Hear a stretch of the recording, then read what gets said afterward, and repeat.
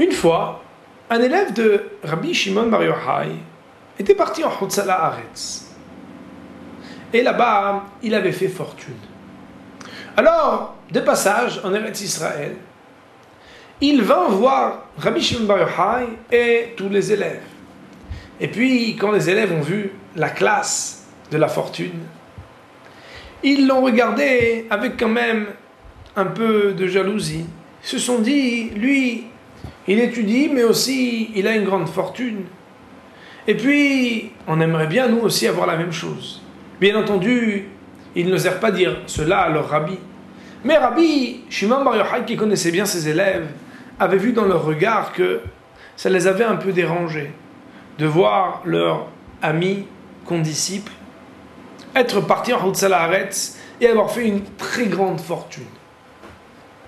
Alors, Rabbi Shimon Bar Yochai a pris ses élèves, les a emmenés dans une vallée, et là-bas, il a crié « Bik'a, Bik'a, vallée, vallée, remplis-toi donc de pièces d'or. » Et là, miraculeusement, nous raconte le Midrash, la vallée se remplit de pièces d'or.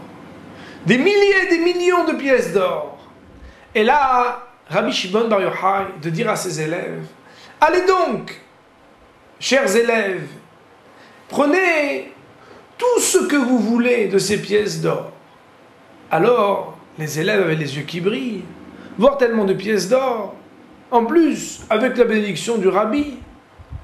Et ils étaient prêts à les prendre. Sauf que Rabbi Shimon de leur dire, sachez une seule chose, c'est que vous voyez bien que l'accès à la richesse, eh bien, il ne nous manque pas à nous. Il n'y en a pas moins qu'en Chutz La'aretz. Dès qu'on le demande, on peut l'avoir. Sachez seulement une chose, c'est que tout ce que vous prendrez dans ce monde-ci, c'est ce que vous ne laissez pas pour le Olam Haba. Le vrai salaire des mitzvot, si on dit qu'il ne peut pas être donné dans ce monde-ci, c'est parce qu'il est infini et illimité. Le fait d'en prendre une partie dans ce monde-ci, c'est restreindre, c'est enlever quelque chose qui devra être normalement réservé pour le Olam Haba, le monde à venir. Alors, lorsque ces élèves ont vu que, en réalité, l'accès à la fortune, il n'est pas loin de nous. Si on le veut, on peut l'avoir. On n'est pas moins méritant que ceux qui font fortune.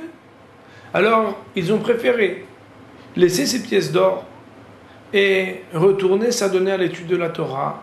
Car lorsqu'on étudie, c'est peut-être ceux qui étudient, comme le dit le Talmud, qui vont donner la fortune, pas seulement pour eux dans le monde futur, mais pour le monde entier. Car c'est l'étude qui est la plus grande source des bénédictions. À très bientôt.